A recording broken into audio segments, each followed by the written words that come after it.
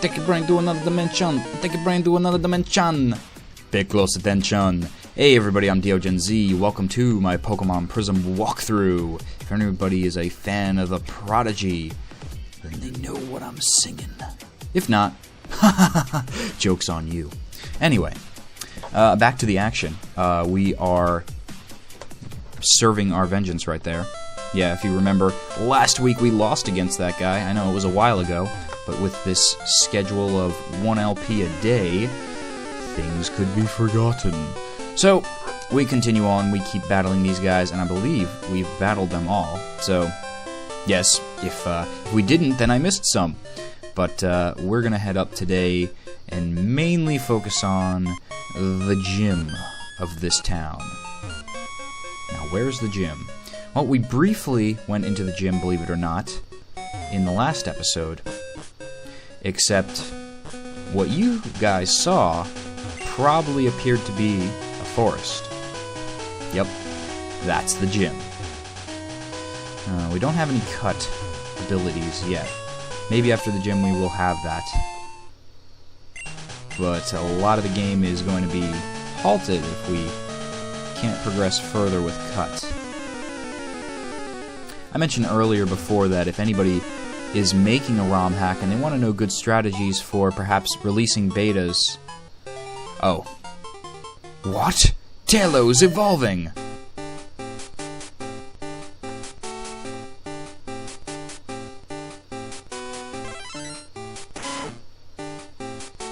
Yes, I will include evolution sequences, of course. That would suck if you guys missed that. All because of a wild encounter.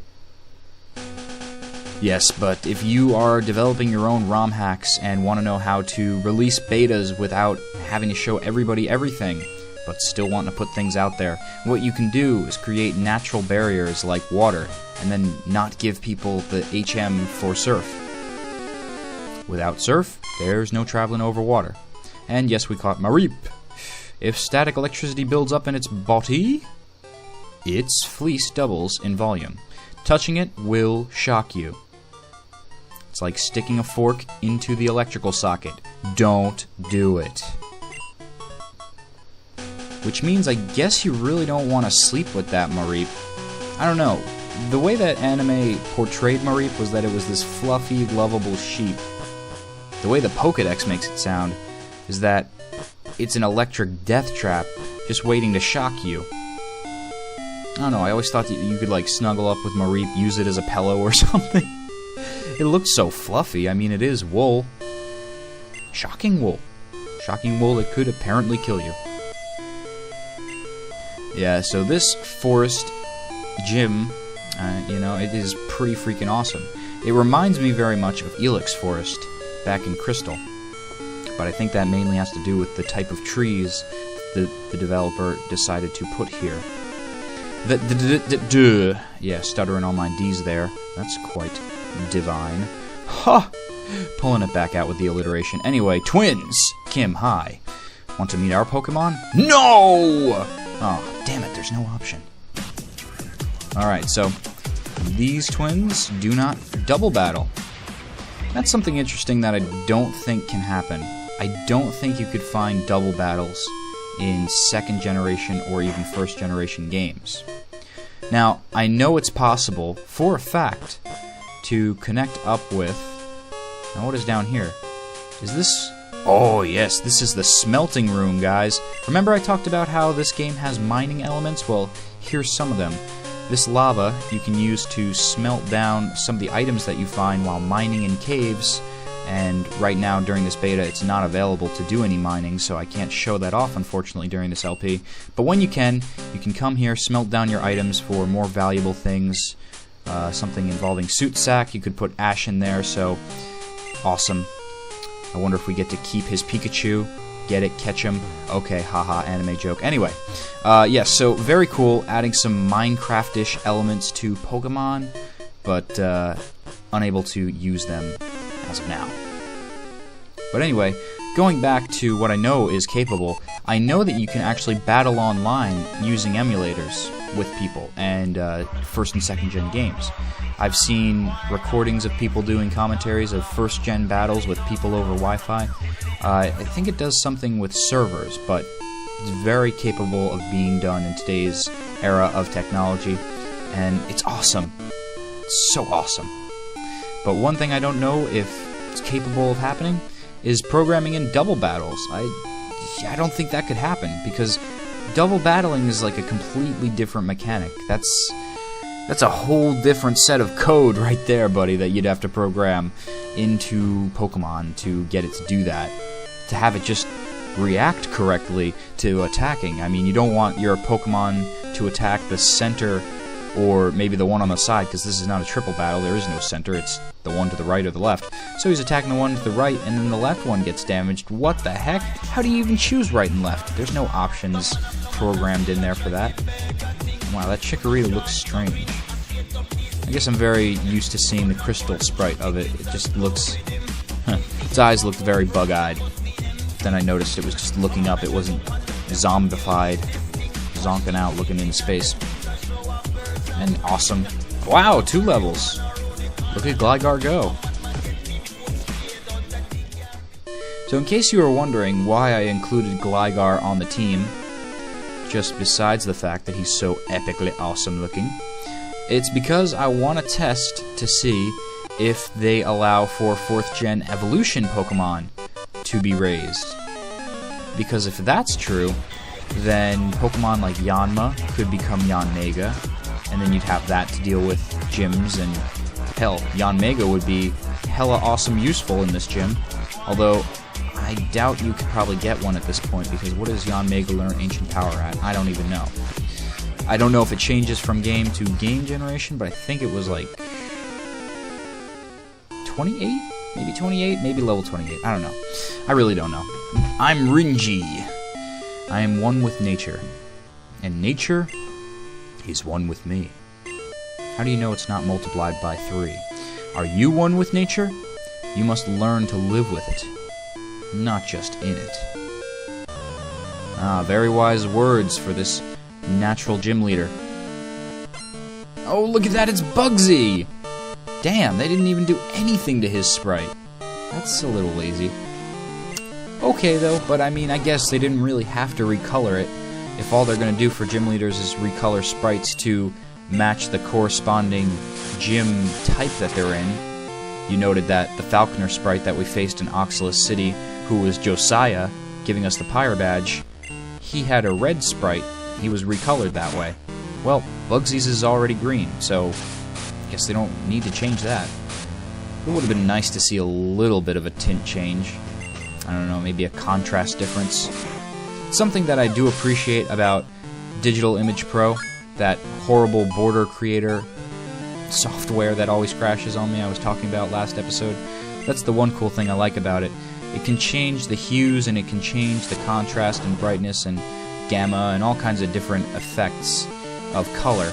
And when you do that, you get a lot of different interesting textures out of it too, surprisingly, and happily too, because it's a lot of unique artwork that is created out of that. Now, I didn't even intend for Gligar to be this beast during this gym. I was really thinking that our Quilava was gonna burn down this entire forest to create a forest fire. But I guess Gligar going in gracefully and just scheming I couldn't think of a slicing G term, I don't know. Grim Reaping. Sure, we'll go with that. Grim Reaping all these grass types. I thought he could do that without destroying the wilderness, because, hey, I kind of believe in this Rinji's philosophy here. Being one with nature. I don't even kind of believe with it. I totally agree with it. Otherwise, why would I be a lifelong vegetarian? Seriously, I've never had meat in my life. But that's, you know, besides the point.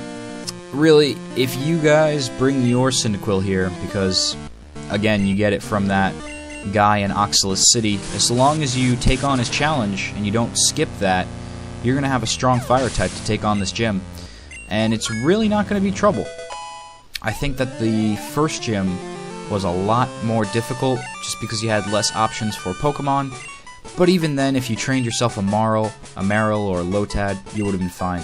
But here, you've got plenty of flying types like Tailo. You've got Gligar for the wing attack. You could have even used Poison Sting if you wanted to, just whittle down Ringy's health here.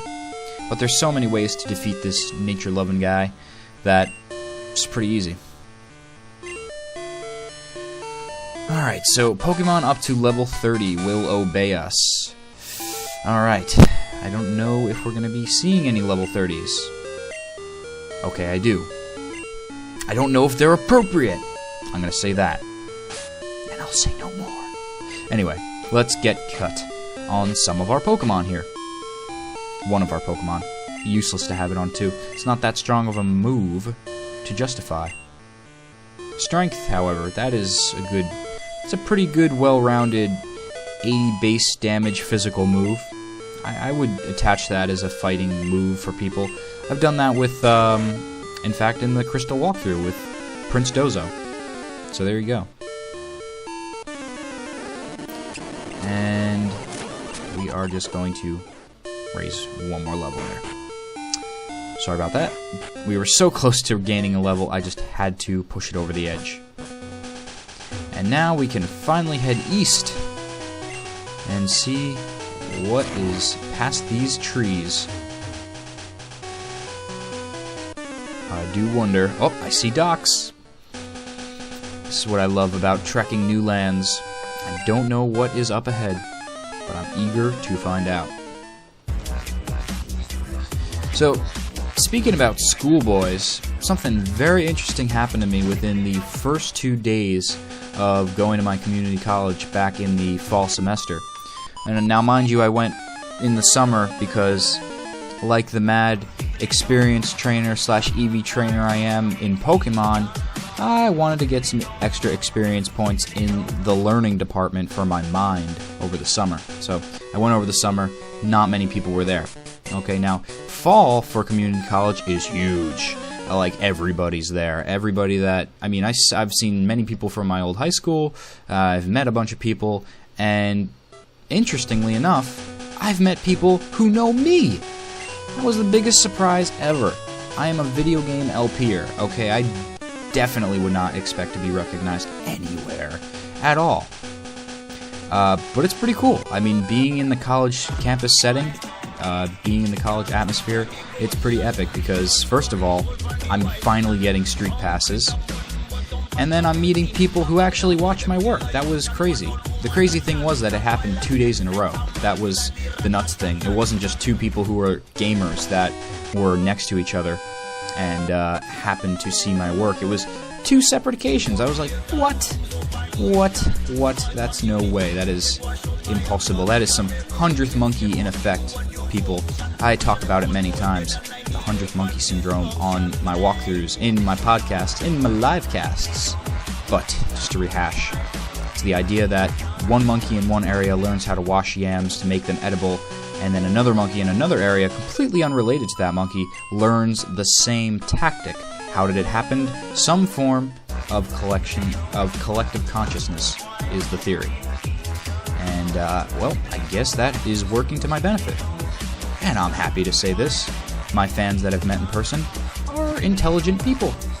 One's a math major, and one seems to be an entrepreneur, who's also in my philosophy logic class, so I can be assured that I've got a good bunch behind my subscriber base.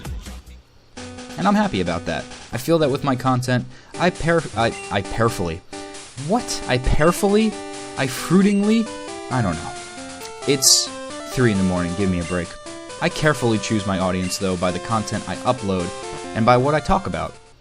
Really, when you come to creating content on YouTube and the audiences you want to attract, just be completely honest with who you are, and you're going to attract that audience. You're going to attract more of yourself, more of people who are interested in what you are interested in. Might not necessarily result in 10k subs, but you know what? I rather have 3,000 solid subs than 10k subs of fans that I just can't stand. Not to say that when I do get 10k subs, I'm not going to like them. It's just that when I get 10k subs, it's probably going to be slower than a lot of people who do LPs just to, you know, cash in on release days, but I'll get there. And you shall help me. In the next episode, we'll explore Laurel City.